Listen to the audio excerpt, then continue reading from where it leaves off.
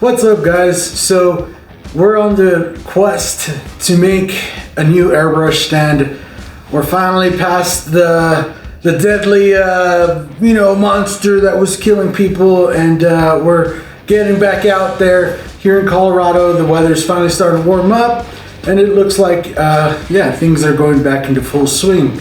So with that, I'm going to be making a new airbrush stand and bringing you guys along for the ride. First things first though, we have to make some new designs. So we have some that we started, and you guys we have those videos. I'll link them up over there where we made these designs. And what I'm going to talk about today is the material that we actually make these on. So I've had a lot of people ask, like, where did you get the squares, right? The white squares that you did them on, then what are they made of? What is it called? Where do I get it? All that great jazz. So I'm just gonna go over how we make it and what it is, and yeah, so stick along for the ride and let's get this done. All right, so first things first, this stuff is called Paylon, and I could actually rip this off right here and show you right here. It's actually called Paylon. You can see there, Paylon Extra Firm Stabilizer. Now, this one says style 926. This is the one that I like using. I would recommend going into your local fabric store. So if you have like a Joann's Fabrics and Crafts near you, I would recommend going and checking them out. Get the Joann's app, because that's what I use, and to be quite honest with you, they give a really good discount when you go get the app. So you can go and get a large roll. They sell it by the yards. This one here, I believe, was like $3 a yard, like $2.77 a yard. And then you get a 40% discount using their app. Not a sponsored video. Hey, Joann's, holla at me. But yo, they give you 40% off, so it comes out really cheap. It comes to like $1 something, $1.80 or something per yard. Which is almost a meter for you guys in the UK, Europe, whatever it is. For you guys using the metric system, everybody else in the world, like it's like about $1 something a meter. Yards a little bit less than a meter, but yeah. So these right here, the size is something I've always kind of struggled with, and over the years, this is what I feel like is the best size. So I tried all different sizes, and I actually do have different ones for hats as well. And then, we have like strips like this where we set up, different textures and stuff for the customers to see. And the strip is part of making it because it comes, obviously, it's a lot wider. You're taller than these, so we have to actually cut this out. So there is a little bit of labor involved. As far as I know, it's the easiest and cheapest way of making these. It's the way I've done it since forever that I started to go. And yeah, it's the reason I use Paylon, and that most artists use Paylon and not like shirts and stuff like that, is because the cloth on cotton will get dirty. It's also more expensive, so a t-shirt will, especially nowadays, will run you about $2.80, something like that.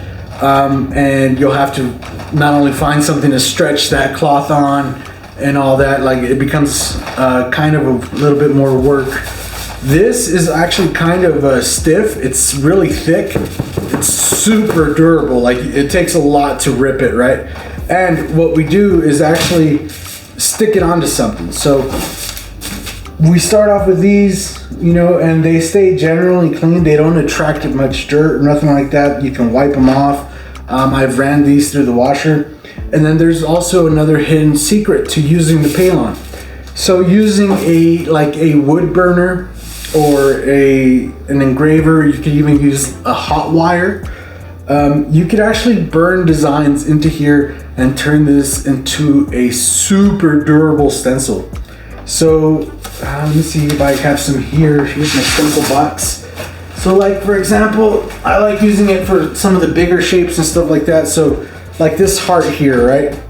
And I'll show you up close here. You can see the edges here are like shiny where it's coated with paint, and the back is sticky from using the spray adhesive on it. This heart here, I've had it for like maybe, I don't know, I want to say a good like 12 years, a long time. And I actually have like 3 of these same size hearts. And yeah, they last forever basically. And the paint doesn't really soak through, especially after you've used them a few times. Here's one that I just made for a new design that we're gonna be doing here. It's a peach, but you can see that I sprayed the blue really heavy on one side. None of it went through.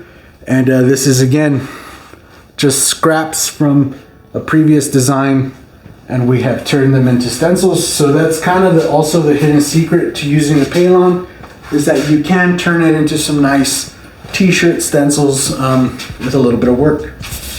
But anyway, in order to get started, the size here, like I said, I went through many different iterations, and I ended up 14 by 14 inch is what these are, and I feel like that's the best size. I tried like 12 inch by 12 inch, and it just felt a little too small to actually portray and get a nice design on there. It just feels a little bit too compact, and I feel like 14 by 14 allows you to spread it out a little bit, just like you would on a shirt, you know, and it gives it more fair representation. The other thing about these, and why we make them this way, is that they're easy to set up. Then you get a square, right? You put some spray adhesive, maybe you get a poster board, or if you're set up on a tent like how we're gonna be, or a pop-up stand, you could easily stick these on the sides and stuff like that, and they look great, pretty much. So yeah, that'll be in a different video, but for now, let's get some of these cut out, and I'll show you the way we do that. Super easy, super simple. All right, guys, so super easy. I'm just gonna start off by just kind of cutting one out, and I'm not gonna worry too much about this corner here where we ripped. It's okay. You can always cover that up with something later on. All I really need is as many squares as possible. And it's always nice to have extras, because sometimes people do like buying these over a shirt. Sometimes people want to hang stuff on their wall, and they will specifically ask, hey, can I get one of these like poster things that you have here, but with my name on it, right? I really like this design. Can I have that design but with my name on it? And of course, if you have an extra one, being that these are so cheap to make, it behooves you to just sell them one, or sell them to display, and then just make another one. I've had a lot of artists in the past, I've met a lot of artists and seen a lot of artists where they hate selling the display. And it's like, bro, just make another one. Now the cool thing and the easy part about this is if you already have one, you could easily just make another, right? So you just line it up. And there you go. And if it makes it easy for you, another pro tip here is I'm just gonna get a pencil. And if it makes it easier for you too, you could always take a pencil like this, make sure you flatten out your area, and you can always mark it off.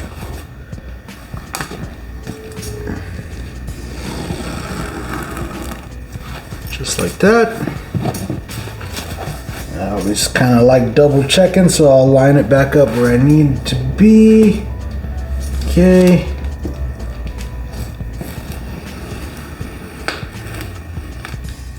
And it really does help having a cutting mat that has the squares kind of marked off. I don't know how well you could see that on camera, but I could kind of see it through. So that's all I'm doing, is just following those lines on the cutting mat there.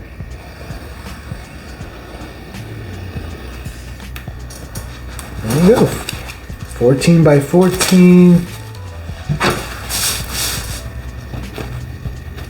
And like with anything with art, it's gonna take a little bit of a while, a little bit of time, a little bit of time, a little bit of effort.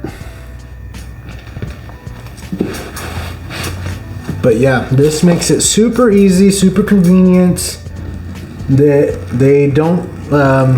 Another thing that I've seen that kind of happens with cotton is if you kind of have it out in the sun too much, it seems to absorb all the dust for one, and then for two, it kind of starts yellowing out and stuff like that. And where these, I've seen it where it takes quite a while for them to actually yellow out. Okay.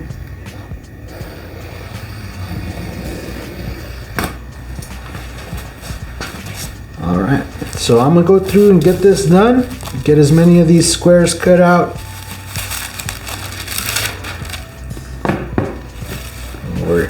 We have 3 done. Let's keep going.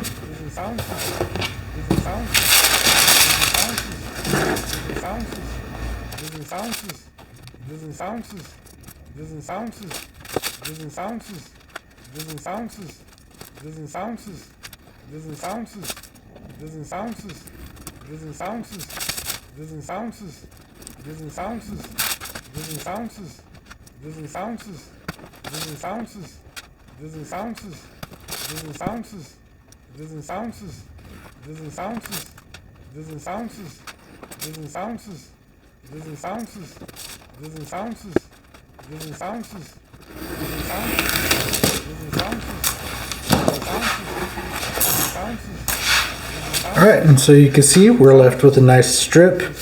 Now this I like keeping because you could always use this to put your lettering designs. You could also you could cut this into squares and you can make a hat design, stuff like that.